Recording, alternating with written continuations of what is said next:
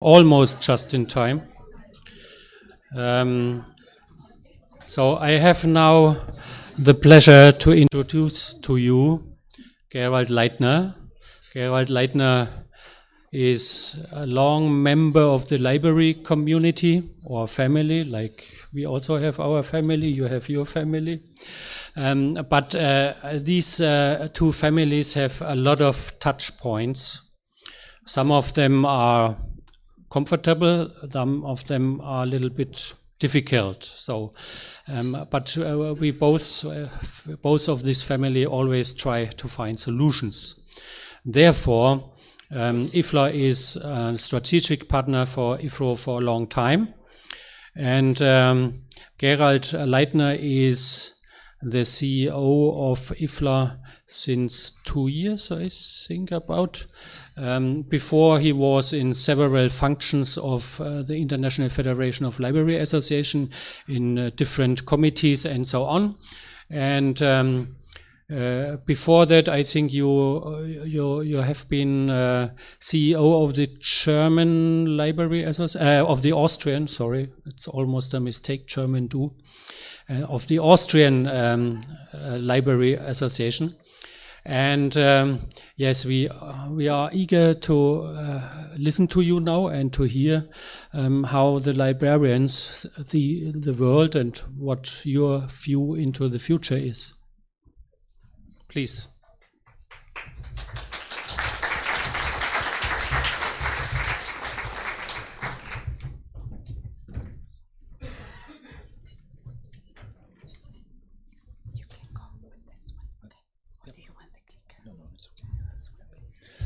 Thank you, Rainer, for this very kind introduction, and thank you for inviting me to your great congress here. I appreciate it. It's my third one where I can join you, and always fascinating which program you are doing here. Just to say, I'm not born as a librarian. Before I joined the library field, I was journalist and worked also for publishing companies. I worked for the main 2 Austrian newspapers and was responsible there for culture. This means I know several parts of our 2 families, I would say, as Rainer said. What I would like to do is to invite you to join, to work together with us on our major project which we have for the future. It's the so-called Global Vision project.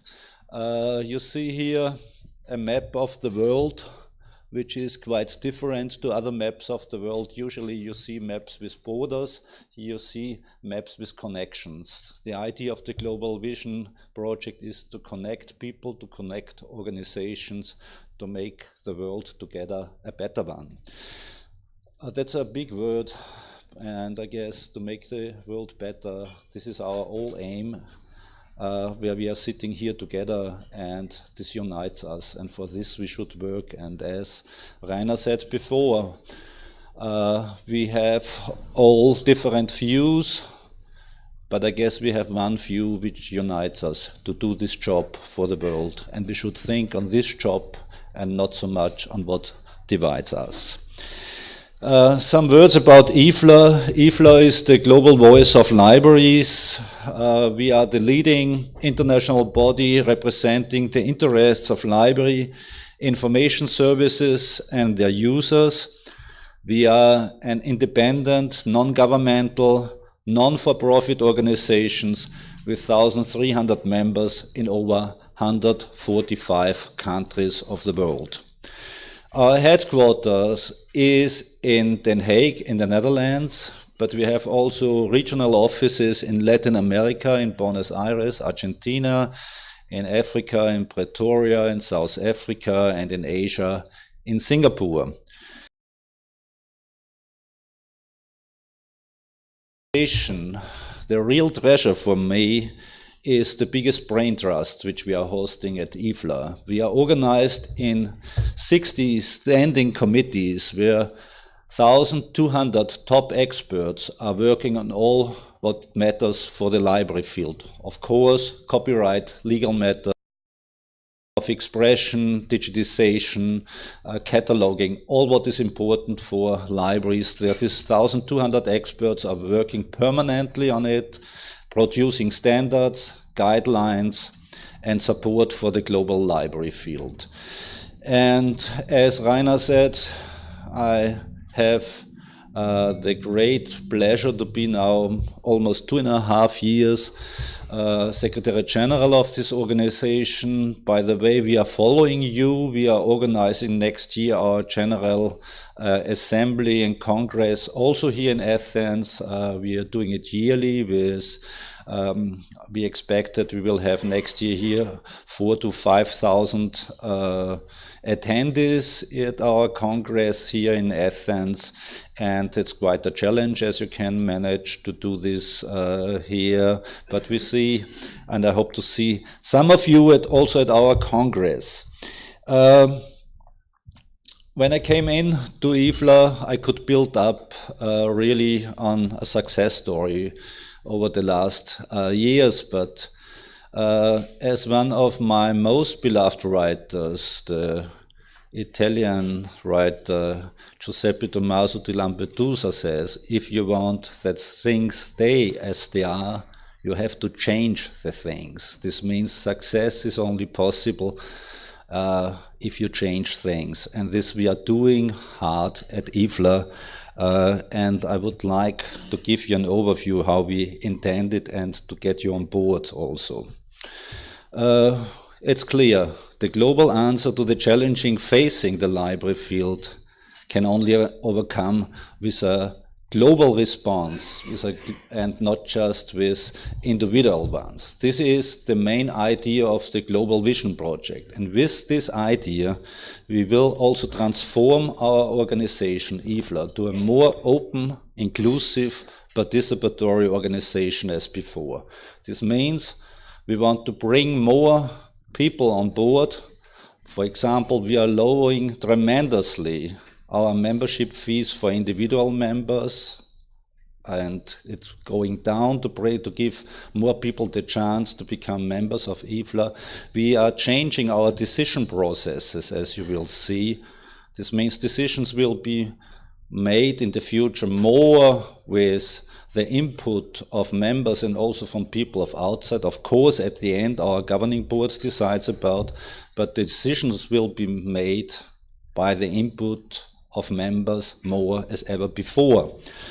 And when I say an open, we will change it to a more open organization, then it means also we want to be more open to our key partners. This means also to you. We are interested also to work more with you together better as ever before. This is the intention of our global vision discussions which we are doing.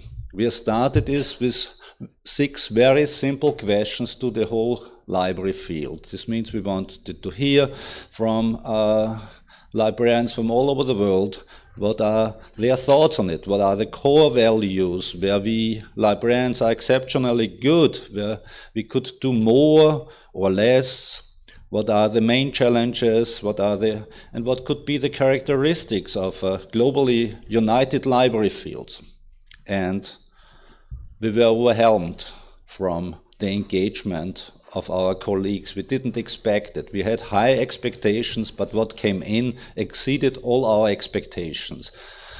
We got feedback from colleagues from 190 countries of the United Nations. As you know, in the United Nations we have 193 countries and we got response from 190 countries. This is the biggest actions Ifrro ever did. We organized 185 workshops all over the world with different groups. This means we organized regional meetings where we invited the main representatives from the countries in these regions. We organized national workshops where the representatives from the national organizations, so we organized meetings for special interest groups. This means we had a variety of 185 workshops in 1 year all over the world, and in these 185 workshops more than 9,000 people attended and gave us their feedback in 2 days discussion. It were very intense discussions with different groups, as I said. And we were also able to set up an internet platform as a discussion board where more as 21,000, almost 22,000 people gave us response to this question. Altogether with it, we got 600,000 answers to this question. 600,000 answers from all over the world, from 190 countries, from all continents, which was an enormous challenge for my team, really to figure it out, to analyze all this answer. And what I'm happy about, that we got all library types on board. This means it's not just concentrated on one library type, and that we got all generations on board.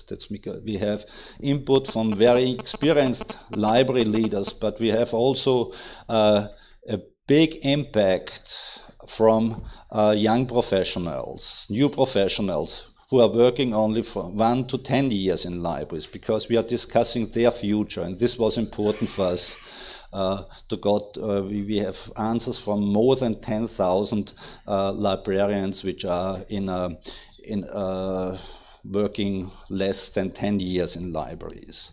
And what is for us also important, we got answers from 2,000 key people from outside of the library field, also from authors, publishers, journalists. This means there is a lot of experience from outside of the library field in this report already. 600,000 answers, as I said, an enormous challenge. What to do it to bring a systematic insight, but there we are good, we librarians, as you know, to categorize people, things. And what we were able to do is to bring this together in a review with 10 highlights and 10 opportunities. And I wanted to show you this. We have this report, this review on our website. We have it in the 7 official Ifrro languages. This means it's translated to Chinese, to Arabic, to French, of course, English, German, Italian, and Spanish. And we can also view the full report if you are a data freak, with 760 pages with all the answers categorized, and it's with regions, library types, and so on, all open on our website to read. Just to give you here a short rundown about this. What we did is we have one key finding which is essential, and this is very encouraging for us. We are united globally in our goals and values, the library field, really strongly.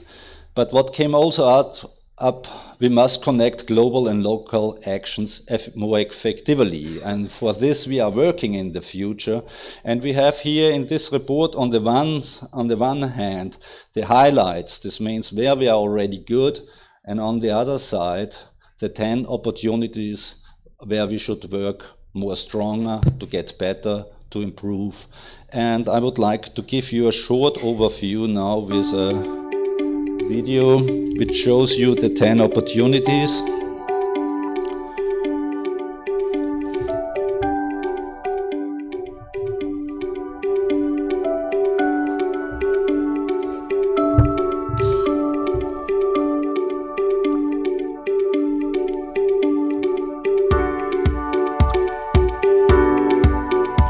That is important for us, to work more for our communities, to be clearer, that we must go for technology changes, and that we must better advocate on all levels. This means to become really better in the communities, to go and to ensure stakeholders and explain our values, and to develop a spirit of collaboration. This means also with you to work with partners from outside of the library field. We have to challenge the current structures. We have to maximize access to world's documentary heritage. And what is important, to bring more young professionals in, to give them more chances for the future. And for this, we are going to develop the so-called Ifrro Global Vision Store, and to share ideas, to bring this together, to bring ideas from the whole global library field together for new actions. And we are interested also to get ideas from outside of the library field. And because we think a vision without execution is hallucination, as you know. It would be one more paper, this Global Vision Review, which papers are produced all the time with strategy, and where are most of these papers? They are in libraries or they are in a drawer. That is it. And that we exactly that we want to avoid. We want to have actions to make this vision real. And we want to do it also in a way that not some wise people are sitting there. We love wise people and we want to get the input from wise people. But we want to get also the people from very normal librarians and from outside of the field. What can we do? How can they get engaged and how can we work together? And this is the idea of the biggest idea stores for actions, what we want to create. A source of inspiration for all librarians and for Ifrro in planning for the future. As I said, we have here now this Global Vision Report with these 10 opportunities. And what we are going now, we are organizing again, we organized again already workshops, meetings all over the world. We have a platform where all can contribute, also from outside of the library field, where we co-create Ifrro Global Vision's Idea Store for Actions. For what is this Idea Store? It shall be a source of inspiration that the Ifrro Governing Board creates a new strategy with the input of people from outside of the world, a strategy 2019-24 built up on the ideas from librarians from all over the world and with support from key partners. And on the other hand, it's a sort of inspiration for all libraries in the world to start such actions, which they will find at Ifrro's Global Vision and Idea Store, and this will bring more actions of the library field for the people. That's the idea behind. That's a strong idea which we have with enormous effort, and we are overwhelmed again. We opened this platform and we have already 8,000 ideas in this store, 8,000 answers, more than 8,000, and we have it open and we keep it open for you to contribute to get the best ideas in that we can create our strategy and inspire more libraries for working together to collaborate. This is a time frame just to see it where we are. We are here in September, March, where we are getting all these ideas in, analyzing it, bringing it to the governing board. The governing board will create a strategy till 2019 with this input, and we will launch the strategy here in Athens in August. But it's just the start of it. As I said, we want to transform Ifrro in a way, and this transformation is going on.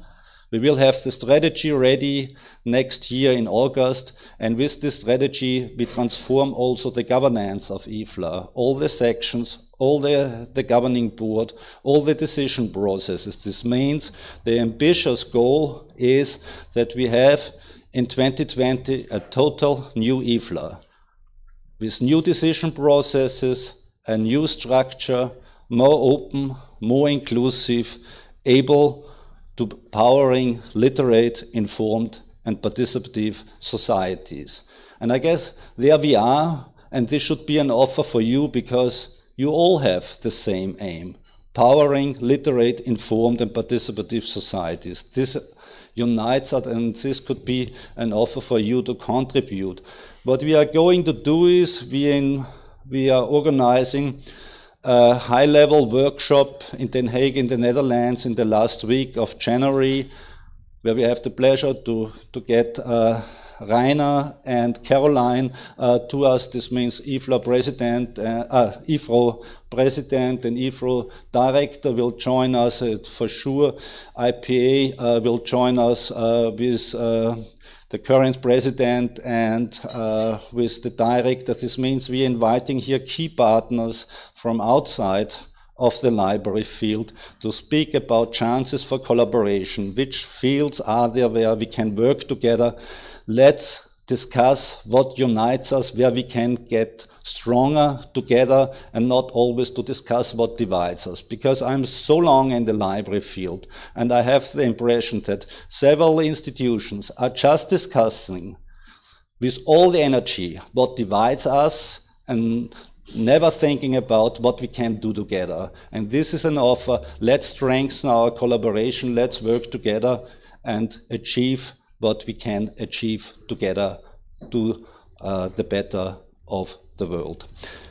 I'm happy to give answers to questions if you have. Otherwise, I guess we will continue our discussion in the future. Thank you.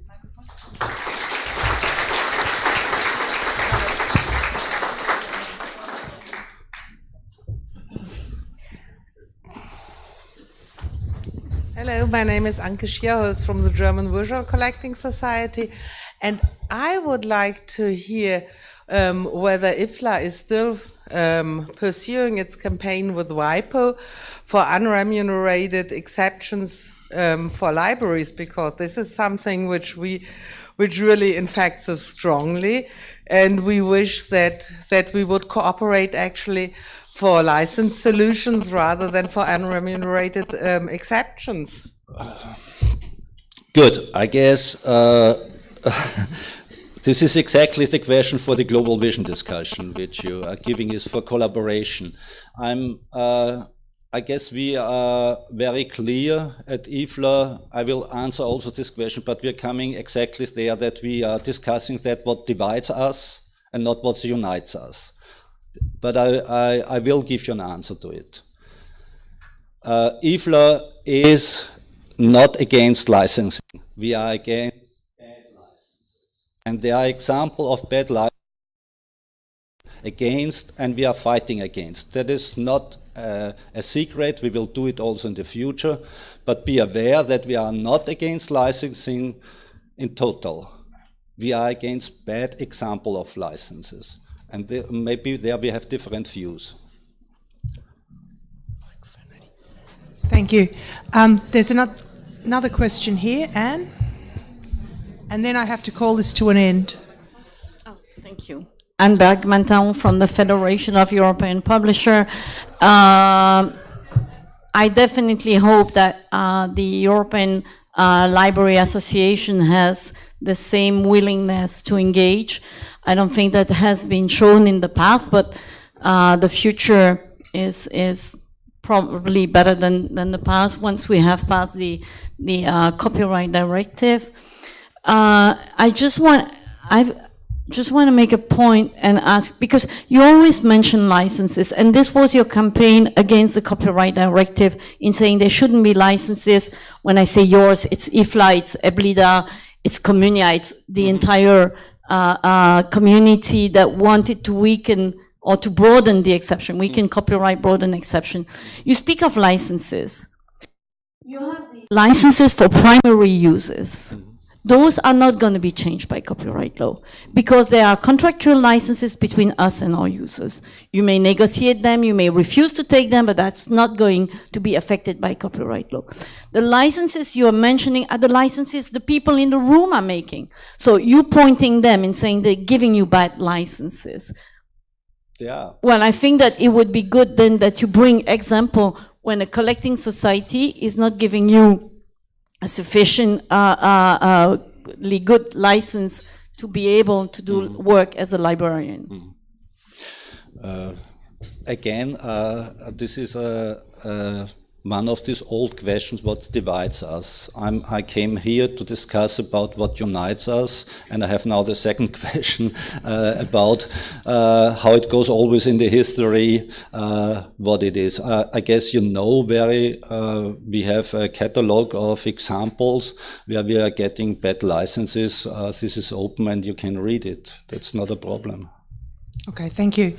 I think given the interests of time and the agenda, I'd like to ask you all to join with me in thanking Gerald for his time today, for his frankness and his openness, and to the future. Thank you.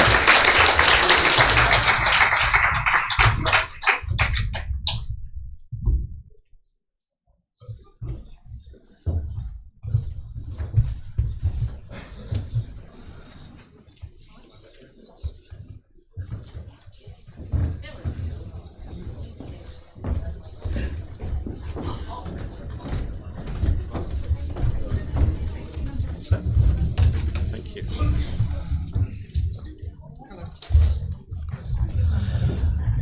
Hello, everybody. It's exactly noon, so I don't know whether to say good morning or good afternoon, but welcome to all of you to this session. My name is Michael Healy. I am the Executive Director for International Relations at Copyright Clearance Center in the United States. And it's a great pleasure to be the moderator of this panel session, which takes us through to 1 o'clock and to lunch. Earlier this morning, when Caroline was talking about the Ifrro strategic plan, she put appropriate and very significant emphasis on the importance of technology for the future of copyright, the future of licensing, and of course, the futures of all our individual organizations here. And technology has played an enormous part in the program for this year's Congress, and I believe appropriately so. And it was center stage, of course, in the excellent international conference we all enjoyed yesterday. And it's very possible your head is buzzing with thoughts of artificial intelligence and robotics and blockchain, etc. If that's the case, then this morning's panel may intensify the head spinning, or I hope calm it a little bit with further explanation about some of these terms and some of these opportunities that face us all. We're going to continue that emphasis in the next hour or so, and I'm very pleased to have three excellent speakers who will navigate us through the next 60 minutes and some of the challenges facing us going much further ahead. I'll introduce each of them in turn now, and then hand over the floor to them. They're going to give three very short presentations to set the scene, and then I'm going to help moderate a conversation, and I promise you I will allow plenty of opportunity for discussion and questions from the floor as well. So the first of our three speakers is a colleague and friend of mine, Babis Marmanis, who joined one of the panels yesterday in the international conference. He's the Executive Vice President and Chief Technology Officer at Copyright Clearance Center. And I asked Babis to give us an overview and some highlights of the key developing technologies that are likely to impact us most going forward. I doubt the second speaker needs much introduction in this group. Adam Suckling is the Chief Executive Officer of the Australian RRO, Copyright Agency Limited, and of course almost all of you will know Adam very well. Our third speaker is probably not known to many of you. Sadia Shahid works for a company called Wisdom.ai, where she is the Director of Strategy, Growth and Partnerships. She'll tell you a little bit about that herself a little later on. If you're not familiar with Wisdom.ai, I'm certain you're familiar with their parent company, Informa PLC. Informa is one of the world's largest and, in fact, global publishing operations, encompassing not just academic publishing, but also events and business intelligence, and is a global force in all of those areas. And the Informa Group acquired her company back in 2017, and she has continued as Director of Strategy, as I've said, and she's going to be helping us navigate the waters of artificial intelligence and its impact on publishing. So, as I said, short presentations followed by conversation and questions, and at that point I'll just hand over to Babis, if I may.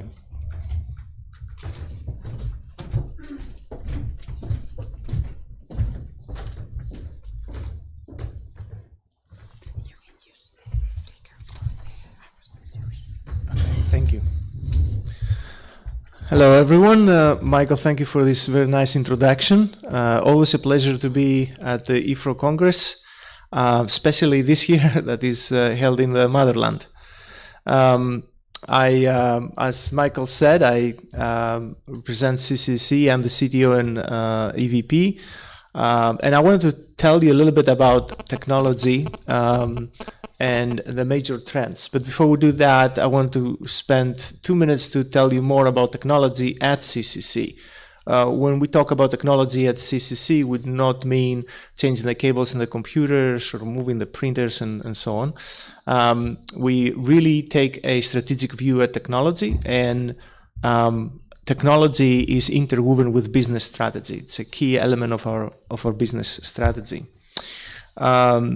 We put our money where our mouth is. 2/3 of our total budget is devoted to engineering and the operations of our software.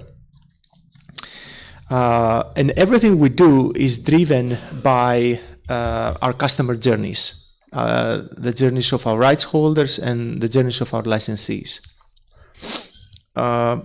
As we had yesterday from Roani, and we will hear today from Adam, it is important to experiment with technology and not be left behind. At CCC, I'm advising on technology based on increasing the value that we provide to our customers, and I think that's the right way to approach how you view technology. It's not about technology's sake, it's not about technology itself, it's about how do we give more value to the customer. At CCC, we use a number of the technologies I'm going to mention later today, and you hear from others. You heard already from other speakers yesterday, and you will hear again today. Michael has introduced me to a number of you over a period of time to discuss and explore technology. I look forward to more of those introductions in the future. And with that, I wanted to put forth some of the technology trends. Artificial intelligence and machine learning takes the cake. I think we heard a lot yesterday from Matthias and also from James, and I will dive into it in a minute. Blockchain, a protocol that falls into the general category of distributed ledger technologies, and we will dive into that a little bit, just a brief overview in a minute. The rising importance of data. We all talk about data and its importance. We see companies assigning chief digital officers, chief data officers, taking a approach on data that seems to be very strategic and not at all tactical. Very important. Privacy and security. So there has been an increase in interest about security and privacy. Actually, privacy matters have become more important due to the social network, the information about how social networks use the information that we give to them, and the security due to high-profile hacking cases. So we'll talk a little bit about There are more, of course. Speech recognition, voice-activated interfaces, that's part of the future. If you were to paint a vision for the future in terms of technology, that should definitely be there. How many of you use Alexa? And no one? Nobody uses Alexa. Siri? Google Assistant? All right, well, there we go. Yeah. All right, so all that falls into this category. Other technology trends is the Internet of Things. You might have heard of that. Every device connected to the Internet, every device providing data to an application. There is much more. There's edge computing, quantum computing, and so on. We're not going to delve into that. We will focus on those 4 first trends. And let's start with some clarification of terms, so to speak. Many people use artificial intelligence, machine learning, or even worse, a very specific area of machine learning called deep learning as synonyms. These things are not synonyms, and I just wanted to spend a couple of minutes discussing. Artificial intelligence is a very broad field and consists of many things. One of those things that it consists of is machine learning. I think if you remember, if you were here yesterday and were watching James' presentation, he used circles. And the biggest circle was artificial intelligence, the middle circle was machine learning, and then the small circle inside machine learning was deep learning. So artificial intelligence refers to systems that attempt to behave like humans, or at any rate demonstrate intelligent behavior. Many people associate that with the ultimate artificial intelligence agent, a system that will demonstrate cognition, right? None of the systems we have today stops to ask itself, who am I? Why do I exist? Okay, there is no notion of self. There is only execution of tasks. Now, we have had tremendous progress by expanding in all those components of artificial intelligence, and a lot of great advances have happened. All right, okay. Just checking that everyone's watching. So the machine learning field has been, the past 3 years, talked a lot about. What machine learning does is provide us the ability to leverage the large amount of data that we have and identify patterns in the data. Those patterns may be related to structures that we have already created and to which we're trying to map our data, or can be algorithms that help us identify structure in the data. A particular area, as I said earlier, is deep learning.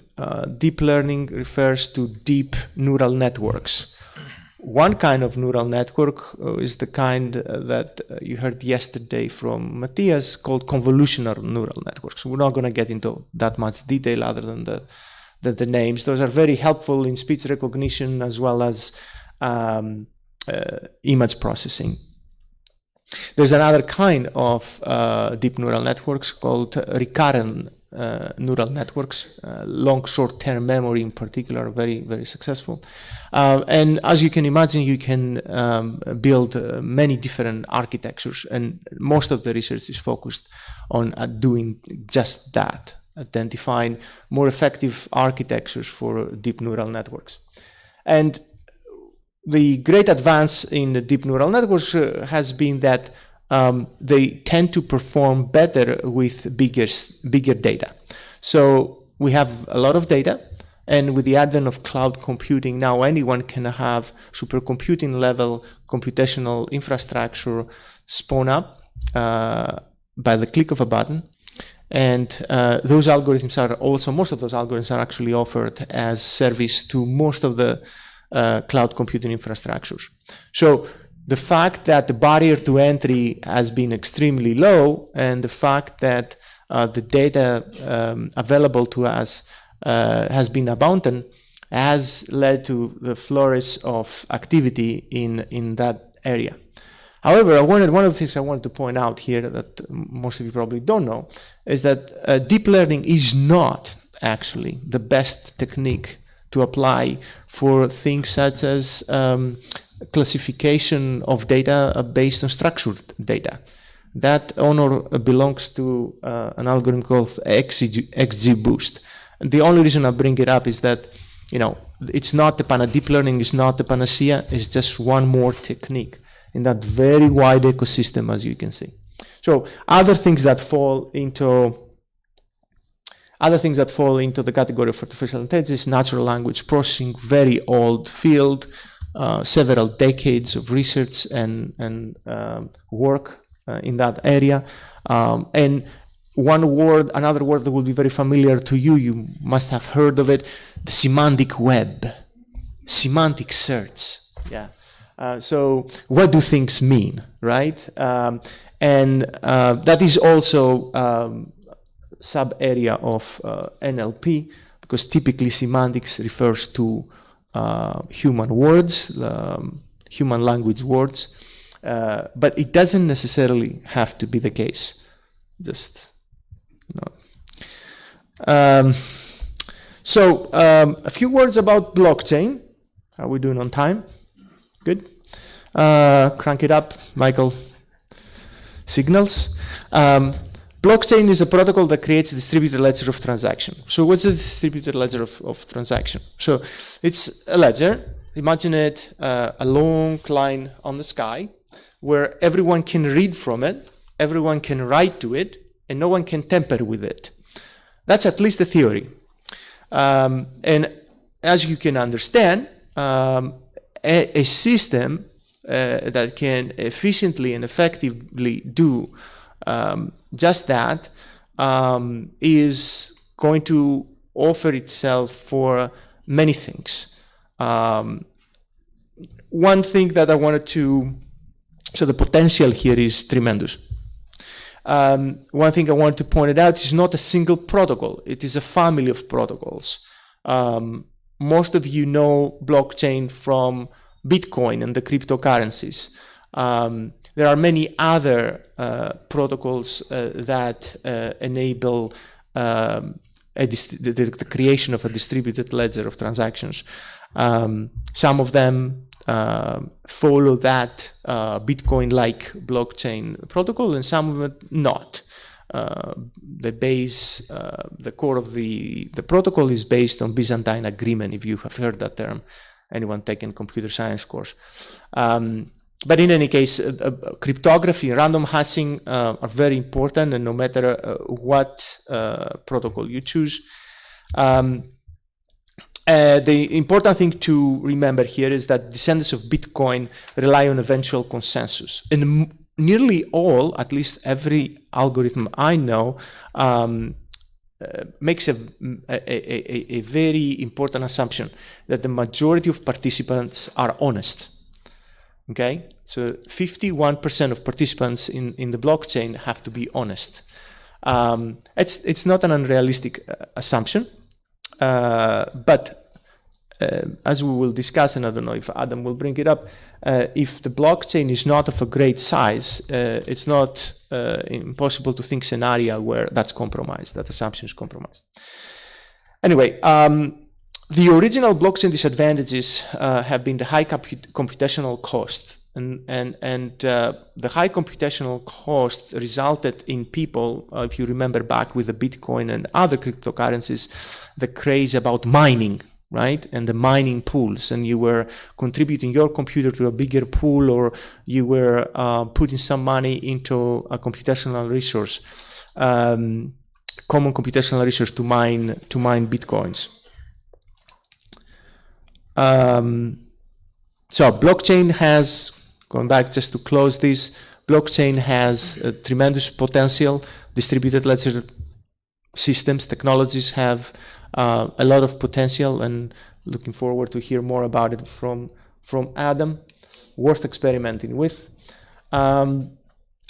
The rising importance of data So data has taken a life on its own, and what people really mean by that is how can we leverage the data that we have to understand our business, understand our customers, understand our operations, understand the market, and how can we leverage all that to make more intelligent decisions going forward.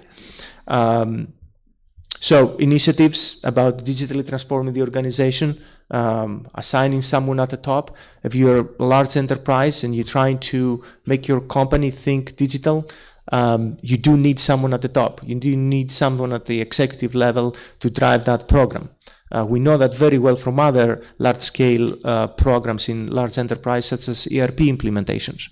You try to drive a spend analysis program in a large enterprise, it won't work without executive support. And all that results in a data-driven enterprise.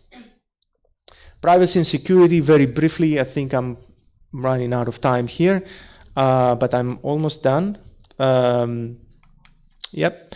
Privacy and security, ISO 27001, SOC 2, don't know how many of you are familiar with these things, have increased in importance because those are certifications that your organizations can take to prove to the customer that you're doing everything you can to secure your infrastructure. Tracy points to me, but I don't understand what's the time. How much time do I have? We need to wrap up. Okay, great. So really quick. The two major questions for artificial intelligence: what rights should be conveyed for processing of creative works by machines, especially for commercial purposes? For example, text processing for copyrighted material for commercial purposes. That's one example. Is the result of these algorithms copyrightable? Yesterday we brought that up on Matthias' talk. Blockchain distributed, like what implications, what does it mean, what does that technology mean for copyright and licensing? Well, clearly registering and clearing of rights can happen on a distributed ledger, controlling and tracking the distribution of registered but also unregistered rights. If the digital work has been uploaded into the distributed ledger, providing evidence of genuine first use, digital rights management, music sites, we saw the examples yesterday with Matthias, digital rights management, smart rights agreements, this is the smart contracts discussion, transmitting payments in real time to owners since a cryptocurrency can be embedded into the distributed ledger. We discussed about that. I think we can close here. Thank you.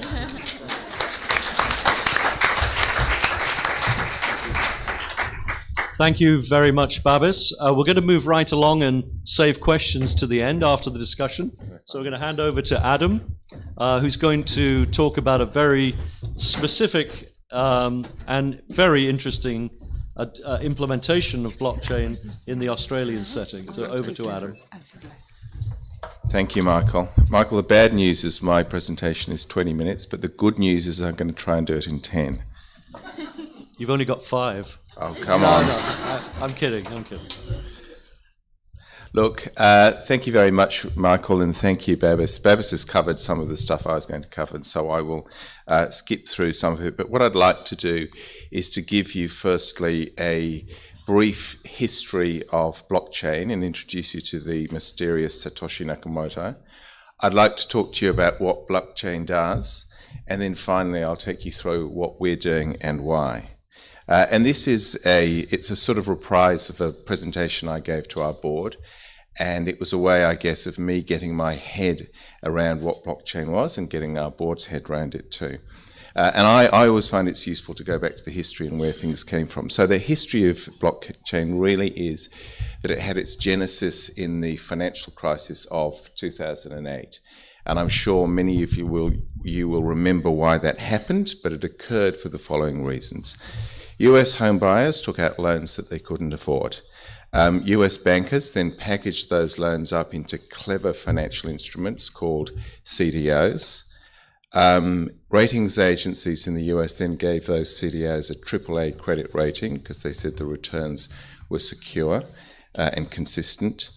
Regulators signed them off, and then smart American bankers on-sold the risk of those CDOs to European bankers, sorry, to the Europeans in the room. Then the people right at the beginning of the chain, namely the US home buyers, decided they couldn't afford the loans anymore, at least some of them, and they dropped their keys in the letterboxes and walked, and the whole system collapsed like a house of cards. Enter the mysterious Satoshi Nakamoto, and I guess I think of him as the Banksy of blockchain, in the sense that he's important, or she, widely known of, but no one knows who Banksy, or in this case Satoshi, is. And what he or she and their acolytes were concerned with was really, two things. They were generally libertarians, so they didn't agree, or they thought the role of government should be minimised. And secondly, they thought that the crash and the financial meltdown of 2008 showed that traditional banking and traditional banking structures didn't work. So they wanted to come up with something which was that the whole design of blockchain right at the beginning was to set it outside of traditional structures of control and regulation. And they did that really in very conceptual broad terms two ways. Firstly, they invented a digital currency, the first one, called Bitcoin, which would allow Party A to pay Party B using a digital coin. And the second thing they did was to invent a distributed ledger, which is a lot of people have talked about, but really it was just a way of recording transactions and having the system then verify those transactions in a manner that everyone could see. Babis went through how that works, and speakers yesterday went through how that worked. I have a section on it, which I'm not going to go through. I did have a section about how I was going to buy the Acropolis from Michael to illustrate the point, but we're running out of time, so you've got the joke. That was all I needed. I'll move on to what it does. What it does is it removes the middleman. So in the case of me acquiring the Acropolis, or the Parthenon, I should say, from Michael, traditionally, if I were to do that, I would have had to have gone through my bank would have sent his bank money, and you'd have gone through a central clearinghouse. If I used Bitcoin or some other digital currency to buy that item from Michael, it would have just gone, I would send it directly to him without having to go through a middleman. It provides an immutable source of trust, supposedly. Everyone says that. I think the problem is there's lots of consultants in this space that have come up with fancy words like immutable. But it does provide, if you've set the system up right, an immutable source of trust. It builds trust between parties, and it automates contracts. You can embed the contractual details of the transaction within the blockchain, and you can have these smart contracts. So that is 7 minutes. There's a whole sort of examples I can talk through in the session. What are we doing and why? I guess when you look at this, when you look at what a lot of people are doing, even people who sort of raise enormous amounts of money through these ICOs, what they're doing is generally quite small scale. They release these things they somewhat grandly call white papers, which explains what they're doing. But when you look into them, often they're small experiments or small proofs of concept, which are about kind of learning by doing. And we thought we needed to do the same thing, because if you think about what I've just gone through and what other speakers have said, it's obviously a threat to potentially companies like ours, in that what we do is we have a centralized repository of data on people's rights. We act as a trusted intermediary generally between the licensee and the copyright owner, and this has the potential to blow it all up. So we are doing, in the same learning by doing way, two discrete projects. The first is in the visual art space. So we license art, and we also administer the resale royalties scheme on behalf of lots of artists, including a large number of Indigenous Australian artists. And so the thing that we're looking at in blockchain is to test in the first instance two things. One, the provenance of a piece of work. So when a piece of work goes, for example, from a gallery in Western Australia, which is where that red dot is, an art centre in Western Australia to a gallery in Sydney, which is on the other side of the country. We want to test whether we can use a unique identifier to say, yes, that piece of work is painted by that artist and from that art centre, so the provenance of it. And the second thing we want to do, which is specifically around using distributed ledger technology, is to speed up the information that we get from the gallery on when a sale has occurred, and then down the track to see whether actually we can just pay the artist directly from the gallery without the money having to come through us. And that clearly has implications about what CMOs do, because it removes us from the tedious business of working out how much money people are owed and then paying it.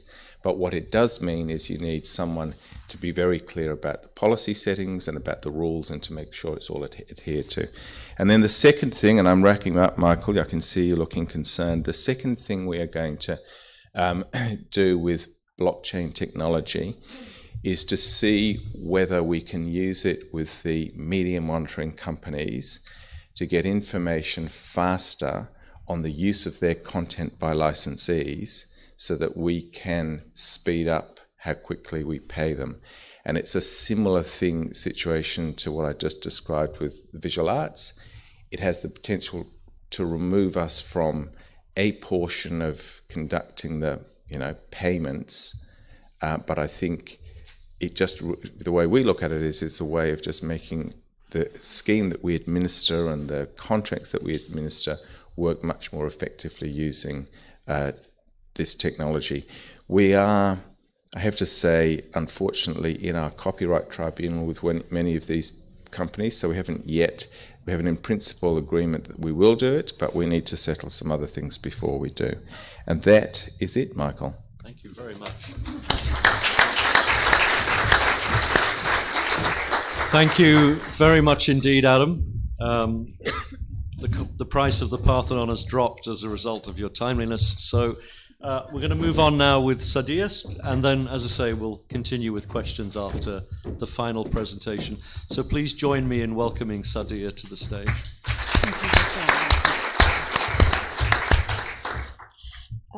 Good afternoon, and thank you, Babis, for laying much of the groundwork for my presentation. So we're all familiar with the terms around artificial intelligence.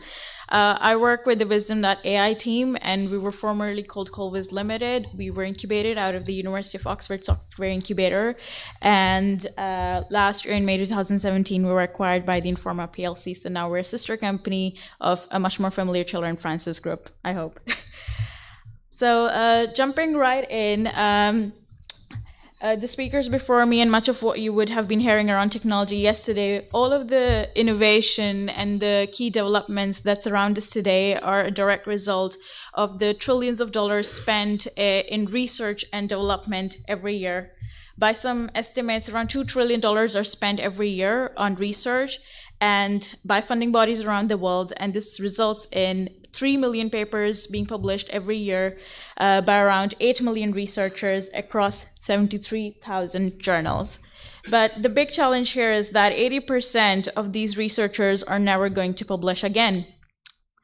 And so in the sea of data, how can we ensure that all the stakeholders in the research ecosystem have access to timely information and at pace to make the decisions that they so desperately need to progress research and development? An example very often cited is that of the p53 protein, which is involved in cancer suppression, and so is for cancer studies. And there are already around 100,000 papers published on the p53 protein alone. An average researcher in their life can only read about 250 papers, so their whole life they wouldn't be able to go through the entire research on just the p53 protein. This is where now we believe that artificial intelligence can help, and that's what companies like Cytoreason here is using to develop personalized cancer treatments for patients depending on their physiology and genome, and going through all of this research literature in an automated fashion.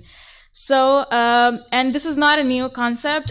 In 2009, as early as that, scientists developed Adam, the robot, that was capable of running its own experiments by formulating hypotheses, analyzing data, and then deciding which experiments to run next. And its paper was published in the science magazines. Its findings were there. And NASA has used artificial intelligence to discover 2 new exoplanets already. And it can be tracked back all the way to 1956, when the term was first coined by John McCarthy. And today it's being actively pursued in this research and publishing space. Just in the past few months, if you Google where AI has been applied, we've seen it being used in the diagnosis of early onset of Alzheimer's, in determination of lung cancer types, in diagnosing heart diseases in infants.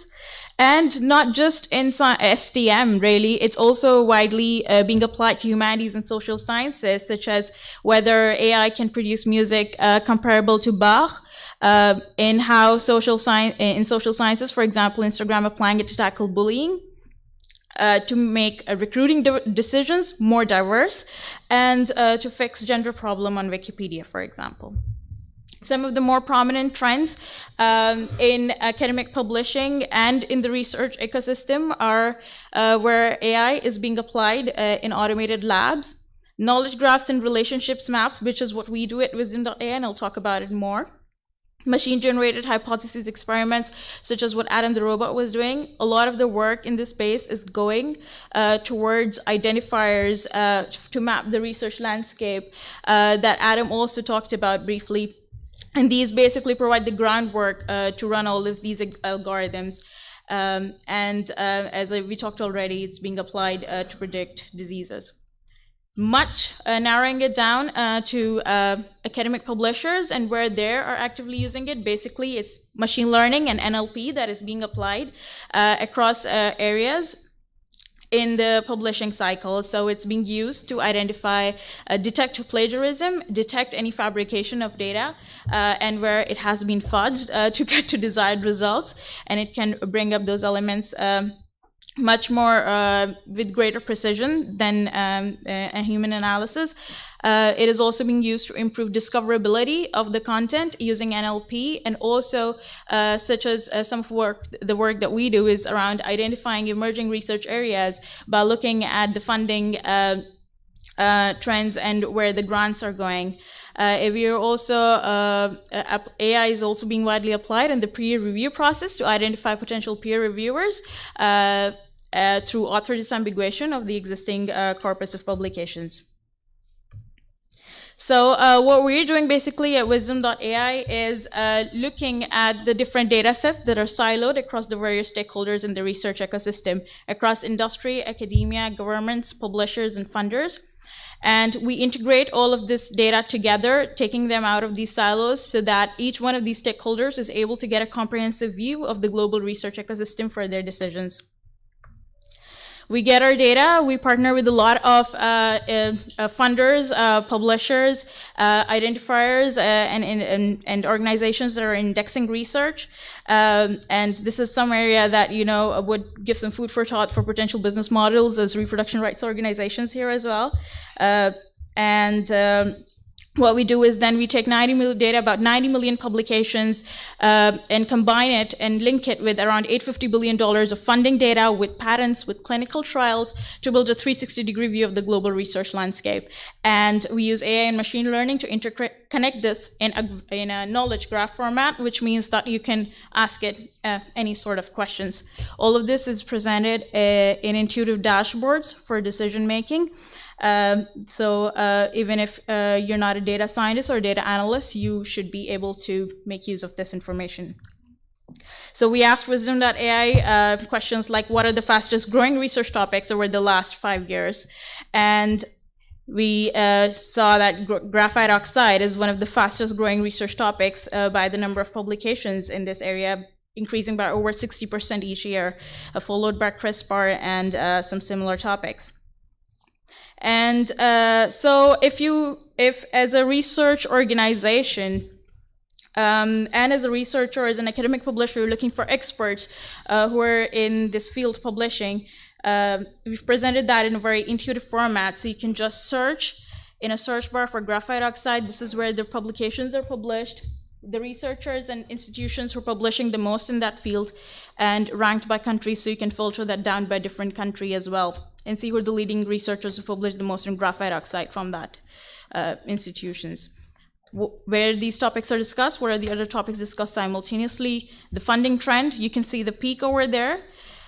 Who is funding that research? The publications have peaked as well, which has led to the boom, and top publishers who are, and the journals who are publishing that, and how much of that published research on graphite oxide is open access.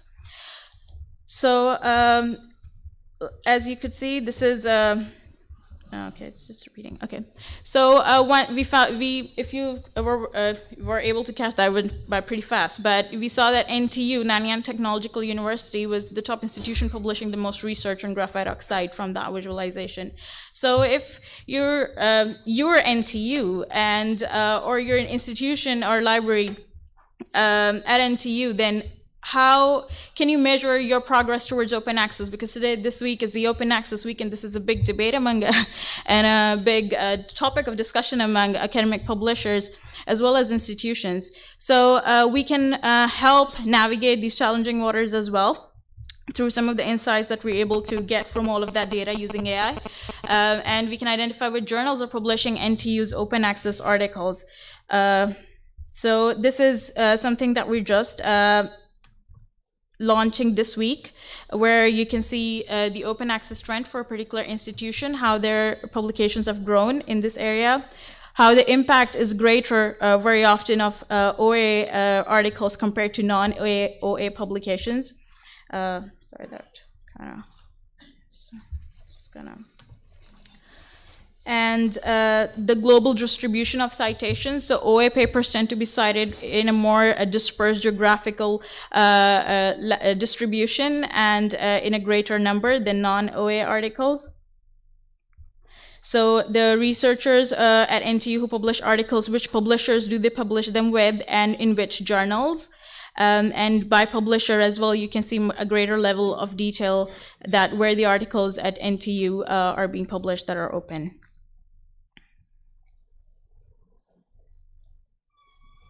We also have provided analytics for about 73,000 journals already. These are all automatically generated without even without having the full text content from publishers. So we use Crossref and PubMed metadata at the moment, but obviously having access to more data and a greater corpus over there enhances the precision of these analytics. So the basic idea is that the data can help you analyze, compare, and grow your research performance no matter which stakeholder you are. Just to end my presentation, I would just, one of the limitations that we very often oversee when working with artificial intelligence and these algorithms is that they are not going to perform better than the people who built them, which means that they're always going to reflect the biases that they were built with. So we cannot expect them to not be racist or not base future performance on past past performance as a predictor of future performance if we don't do it themselves and we don't realize those biases as a first step and then make an effort to overcome those in those algorithms. So there is a way to get past it, which is recently Amazon landed in hot waters because its algorithm, the AI tool that it had developed was gender bias, but that was because it did not make an effort to recognize and overcome their bias in that algorithm, whereas LinkedIn is doing the opposite with that. So it's basically all about how we program it. And it's on a constant upward learning curve. And the whole idea is that it's not going to replace humans at any time, but we need to make the most of the technology that we have at the moment to improve our decision-making capabilities. That's all. You can explore more online. Thank you. Thank you very much.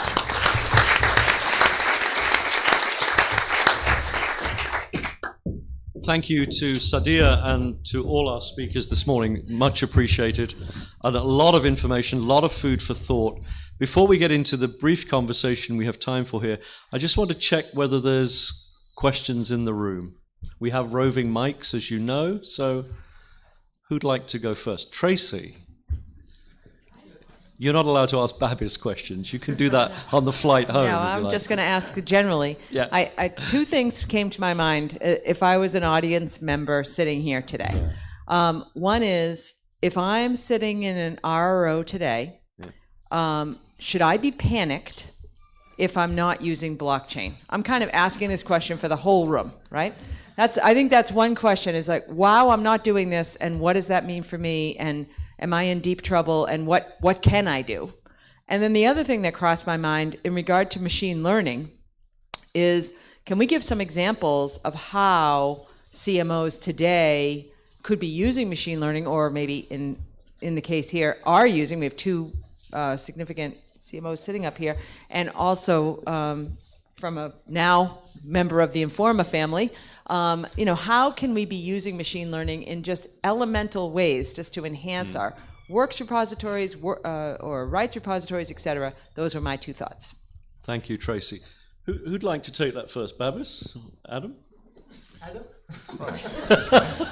With the blockchain piece first, obviously. That's what's known as a hospital pass. I'm happy to answer those. Look, I think my sense of blockchain is it's really very much in the early days. Everyone I talk to says it's, that lots and lots of companies are just doing relatively small things and learning by doing. So I don't think you need to be panicked. No, is the first thing. But I do think, like the internet, when it came along, what seems like eons ago, people need to be aware of it and look at it and think through its implications and, use it as a way of turning something into an opportunity, not a threat. And I mean, I genuinely think a lot of speakers have said to me, and a lot of people in the room said, look, these things don't work unless you get the right rules embedded in them, unless the rules are signed off by people who are authoritative, and that you can then ensure that the rules are adhered to, or at least the systems and the machines adhere to the rules. And so in the case of the example, the thing we're doing with the visual arts, is in the resale royalty scheme as an example. I could envisage blockchain doing all of that, but at the moment we only have a resale royalty scheme for artists in Australia, and we want to make sure that we have it for artists in a reciprocal manner outside of the country. Someone needs to advance that case to the government, someone needs to get the government to change the policy, and then someone needs to make sure that the machines implement the policy. And so my sense is there is always a role for a trusted party like a CMO to do those things down the track.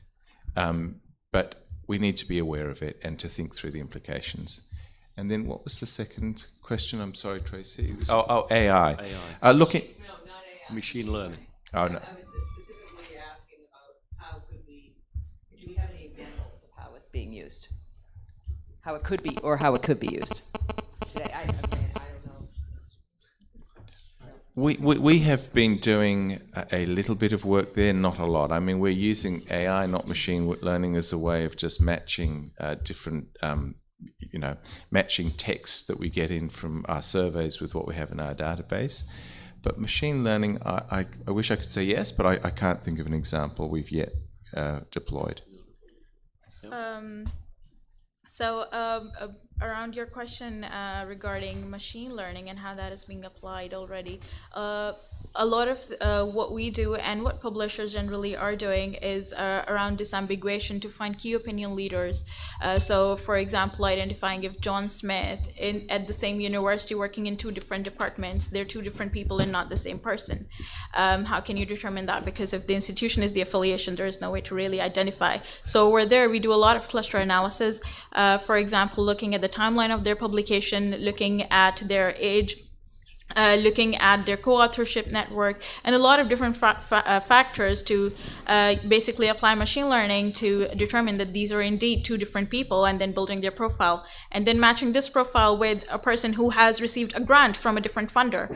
That's another John Smith, or probably the same John Smith. So how do you determine that? So these are areas where it is actually being applied, and how it helps, for example, the academic publishing communities to identify peer reviewers, their editorial board members, key opinion leaders for example, a pharma company working on a patent. and so on. So that's one way.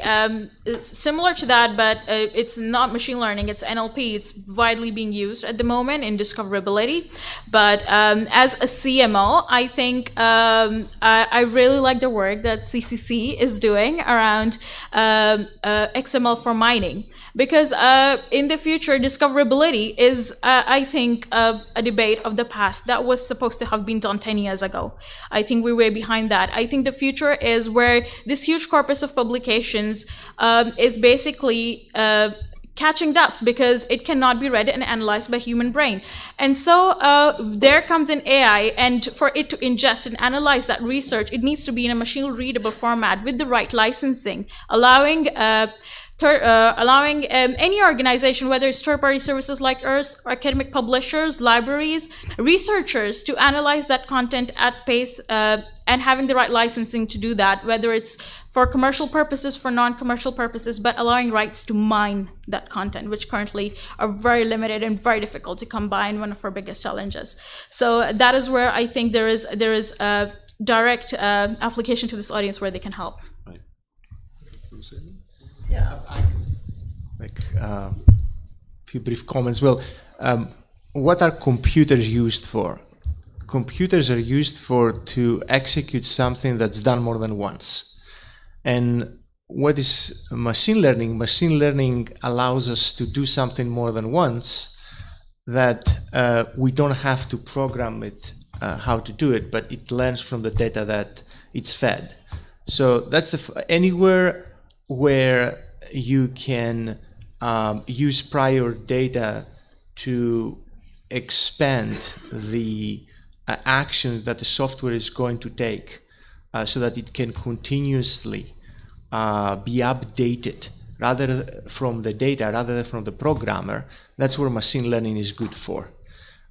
So from processing the data that an Ifrro, for example, we get from feeds from the publishers or other systems, identifying how to organize that information, being able to search that information better. Because yes, discoverability issues have been solved, but it's not quite there yet. And the key element in that area is personalization and contextualization. That's an area where machine learning can help enormously. Anybody today can download Lucene, and it's an open source search engine, the best of its kind, or buy a commercial product and build an index. Okay, so TF-IDF technology is decades old, so we're not going to talk about that. But personalization and contextualization is very important, and it's very important for a number of ways. Not only depends on who your customer is, depends what your data are, depends what your system is, what kind of interactions the user has with the system, and so on. So I can keep going on and on and on where you can use it. I would say if you have a question, find me later and ask me if it would be applicable to your case. I'll be happy to tell you. I have a question which is, in a sense, supplementary to Tracy's, and it focuses on that area of the relationship between experimentation and scale. Our community represented in this room is very diverse in terms of size. Large ROs, small ROs, medium size, working in very different economic conditions around the world. The experimentation you've been able to do, Babis, then you've been able to do, Adam, is it possible because of the size of your organizations? And the converse is true. Are there opportunities that are graspable if you're not of the scale of CCC and Cal? And is the answer to that somehow linked to partnerships, good partnerships? Yes. No, I mean, obviously, I think that if you are, I mean, you're right, Michael, in the implications of your question. If you're a larger CMO, you have capacity and you have the ability to look at things and think about how they might impact, and then to spend some money which isn't going to give you a super quick return, or indeed no return at all. I mean, I'd like to say one could build this platform, saying the one we're talking about, and we've just started. We actually haven't even yet finished the request for tender, but in a manner that was scalable and everyone could plug into it. But I'm sure that it's not quite that simple.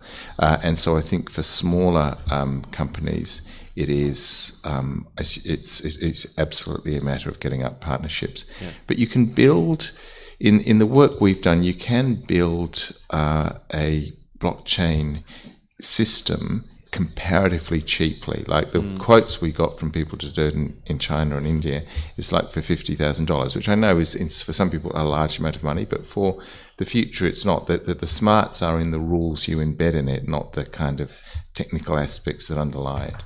Thank you.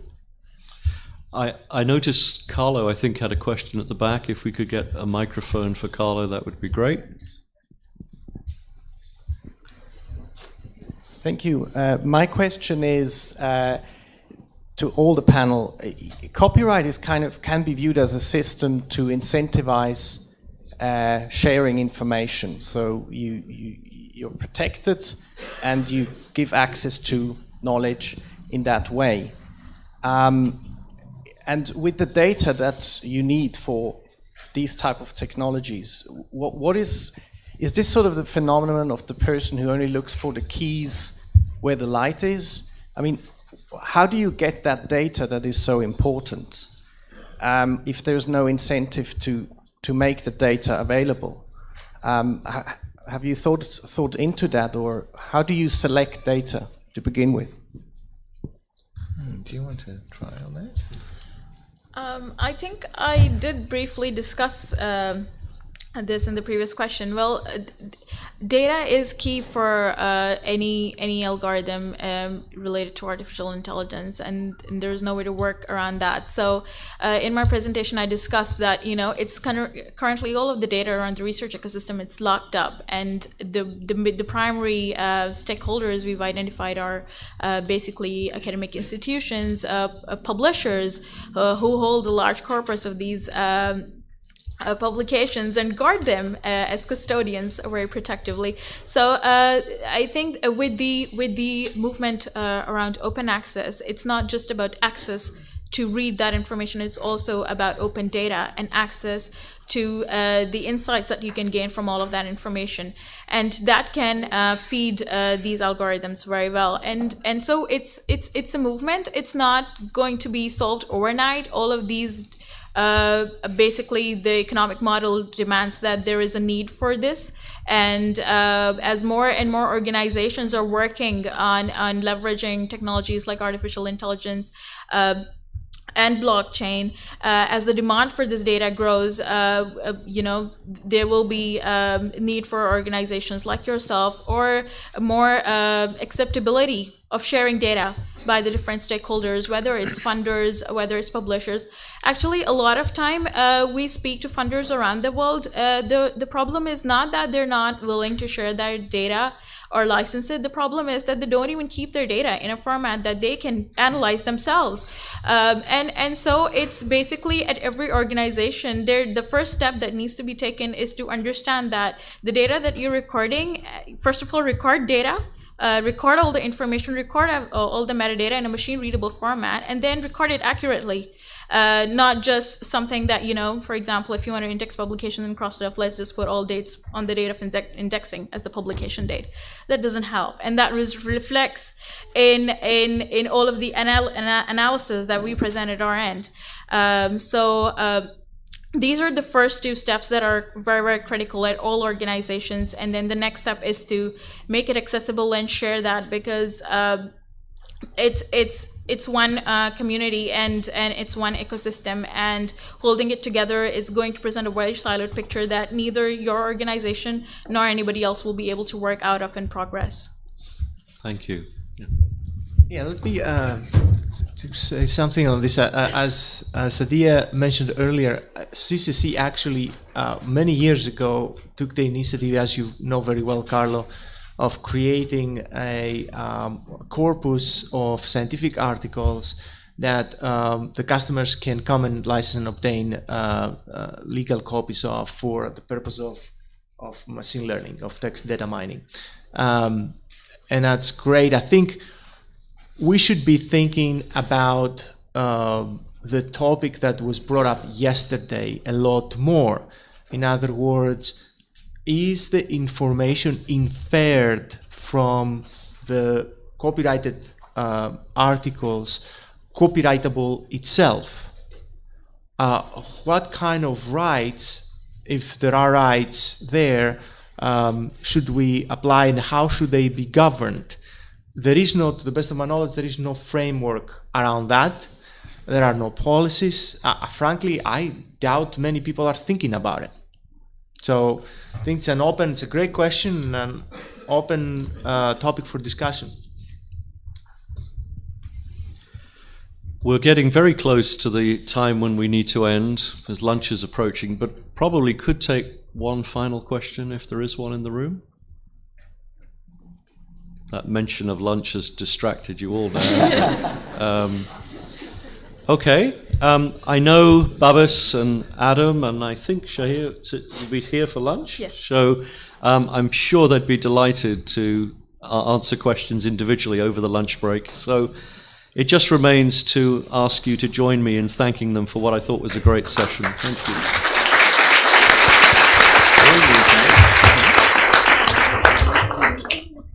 So that's where you are?